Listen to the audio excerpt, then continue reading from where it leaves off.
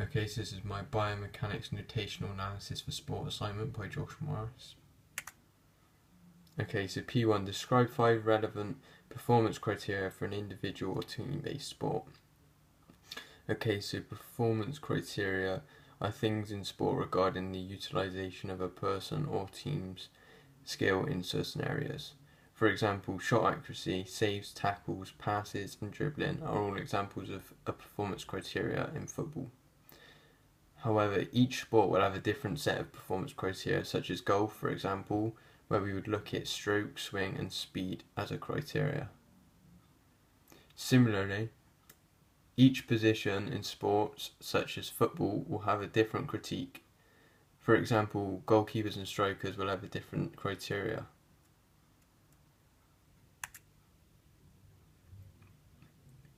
Okay, so in football, performance criteria, some examples include shot accuracy. Shot accuracy in football is measured in where the ball is going where it is supposed to be. This is where the ball is required to hit the target, the goal. This involves going in and hitting the net or being saved by the goalkeeper, as this counts as an attempt on target. Pass success. Passing success is where a pass from one player makes its way without obstruction to its intended target of a player from the same team being the receiver. Dribbling.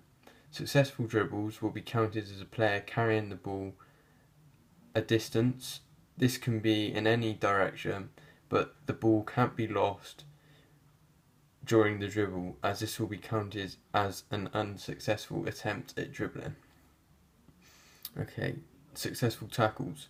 A successful tackle would be one where a player wins the ball back from an opposing player without giving away a foul or free kick. Saves.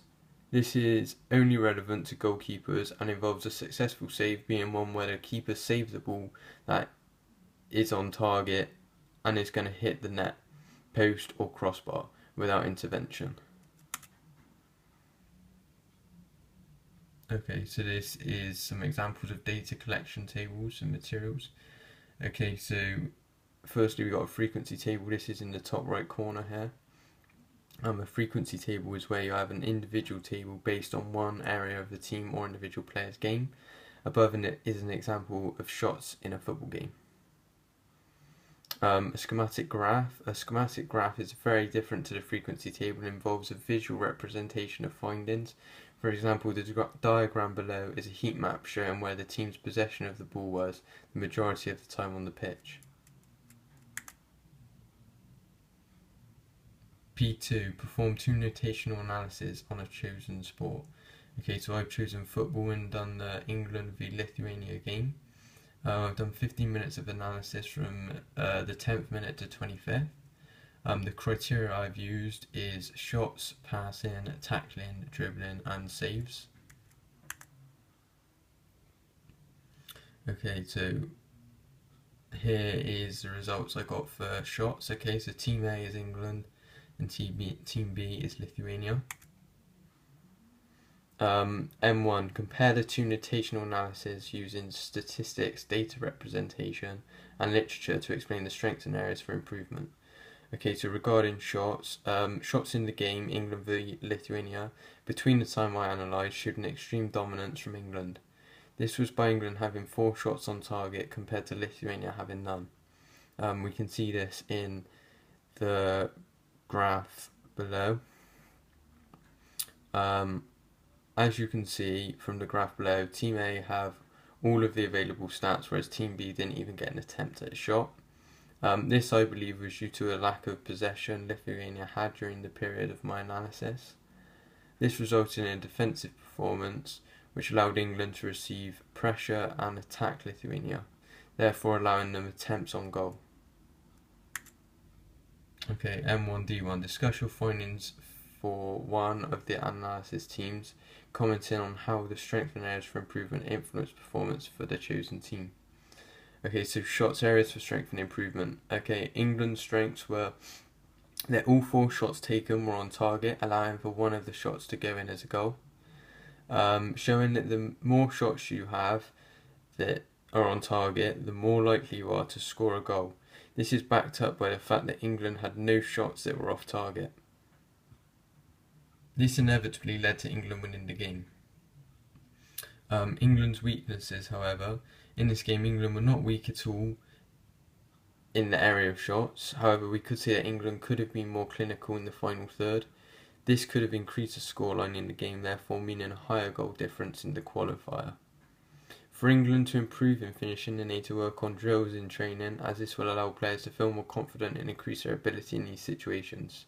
This will help England in more difficult games where chances must be taken in order for the team to win the game.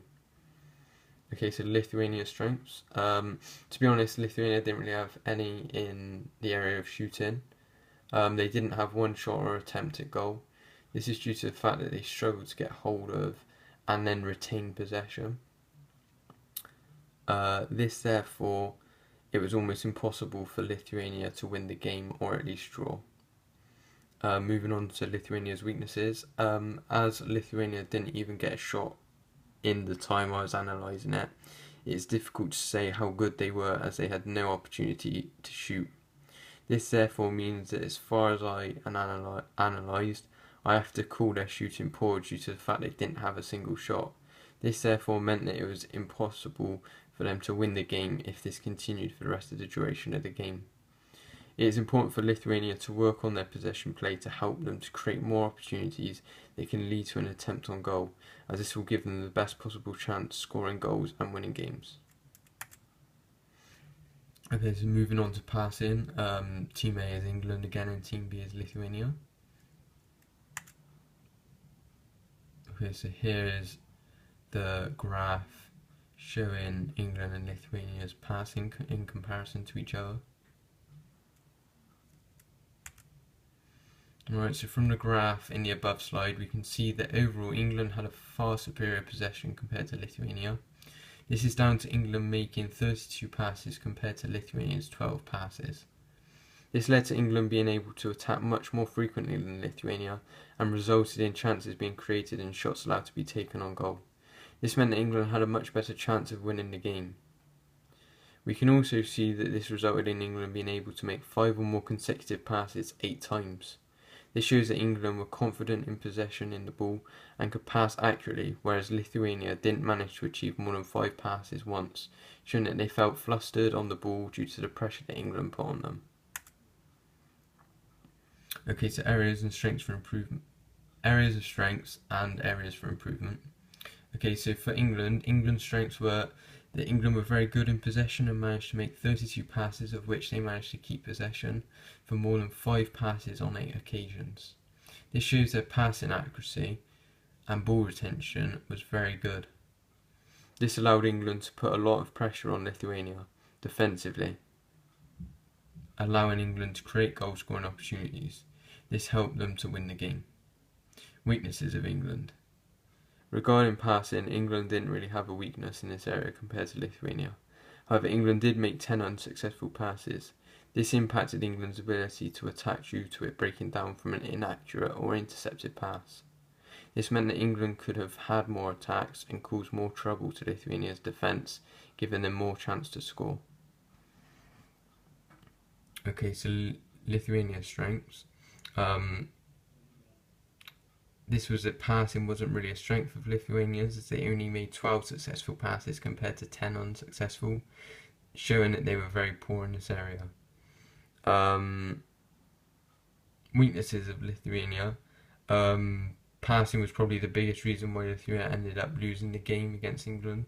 This was due to poor passing accuracy, meaning only 12 were successful. This in percentage shows that for almost every pass that was made, one would get to its intended target and the other wouldn't. In turn, this resulted in many times where possession would be lost and meant no attacking pressure was put on England, allowing Lithuania a chance to score. This then resulted in Lithuania having a much greater chance at losing the game, in which they did. In addition, we can now link this to the fact possession has an effect on the amount of opportunities you create to shoot a goal. This is due to the statistics we have now seen regarding England and Lithuania, and we can back up with what Football Analysis website has said about the link. The more possession you have, the more shots on goal you're likely to attempt. They reinstate this with a graph on their website that shows the same link I've made in some of Europe's top leagues.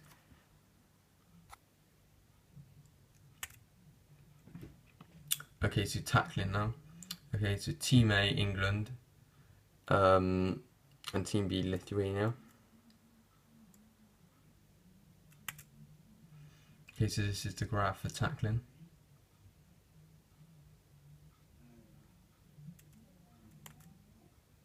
Okay, from the graph above, we can see that both teams made fairly equal amounts of successful tackles. However, England showed more skill in the sense that they made no unsuccessful tackles, meaning that every time a tackle was needed, they won the ball. This meant that England broke down the opposing attacks, which allowed them to get the ball back in their possession, allowing them more chances to score, as I stated in the previous slide. Lithuania, however, made 2 out of the 6 tackles unsuccessful. This meant that they allowed the opposition to get past them, allowing them greater chance to create an opportunity to score or get a shot away. In addition, Lithuania also gave away 1 foul compared to England, not giving away any. This shows a lack of discipline in Lithuania's defending, as they have turned and what should have been a turnover in possession into the opponents winning a free kick, which is putting additional strain on the team defensively. Okay, so areas and strengths for improvement. So strength and areas for improvement in tackling. Okay, so England's strengths were that England managed to achieve a very strong success rate for tackling, as all 6 tackles they made, they managed to win the ball back and got it back into their possession. England made no fouls, meaning their tackling technique and discipline was very good, meaning they were able to win the ball back cleanly, giving them a chance to counter-attack and keep possession, hoping to achieve a shot at goal as an end product. England's weaknesses. England generally, for the time in which I was analysing, didn't suffer any weaknesses in this area. This was mainly due to the fact England held the majority of possession, meaning Lithuania found it difficult to get hold of the ball and start an attack. This shows how possession is an important part of controlling the game, as it can affect many factors within a team's performance that can have an impact on who can create the chances to potentially win the game. Okay, so Lithuania's strengths. Lithuania's main strength in this area was the success they had at winning the ball, as the success came in at 4 out of the 6 tackles made. This was important for Lithuania as they had very little in possession, so winning the ball back from tackles was important to their game to try and prevent the scoreline from increasing further. Lithuania's weaknesses. Lithuania were quite poor in the quality of their tackling. This is due to them having 2 unsuccessful tackles in the game, of which 1 resulted in a foul being given. This is bad as it allowed England to increase pressure on Lithuania's defence, meaning an impossible goal scoring opportunity. Additionally, by poor tackles being made, it made it easier for England's players to get past players and caused damaging dribbles, which opened up the defence and created opportunities for England's players to have a shot at goal. This in turn is a reason why Lithuania ended up losing the game. Okay, so moving on to dribbling now. Team A again is England and Team B is Lithuania. Okay, so from the table above we can compare how England had the vast majority of runs with the ball, in total a number of 11 compared with Lithuania's 3, of which England had a far superior success rate, with 10 being successful and 1 not, compared to Lithuania's success of 1 and 2 unsuccessful. This shows how firstly Lithuania had little possession of the ball, and secondly how much better England were at using the ball attackingly to cause defensive problems to the opposition. This can be seen by the fact a foul was won by an England player, which allowed additional pressure to be put on the defensive team. In summary, the fact of dribbling in this game shows how strong England were in the general game, and how possession again can be linked with how many dribbles a team is able to have against the opponent's team. Alright, so England's strengths at dribbling. England were very strong in this area of dribbling. This is mainly due to the amount of possession they managed to have as a team, which allow players to create movements and open up gaps in Lithuania's team to run through and create an attack. We can also link the fact that dribbling helps retain possession. For example, this quote from an online article states, "Dribbling is a crucial skill in football. Good dribbling can open up opportunities for players as well as the team." By dribbling, it not only allows you to retain possession, it creates space on the pitch for other players to move into, which in turn will give you an attempt on goal. Okay, England's weaknesses. England really had no weaknesses in this area, as only one dribble they made didn't come off. To have only 1 out of 10 dribbles be unsuccessful is very good at international level. Lithuania's strength. Lithuania were very poor in this area and had no real strength to their game. This is due to the fact 2 out of their 3 dribbles were unsuccessful.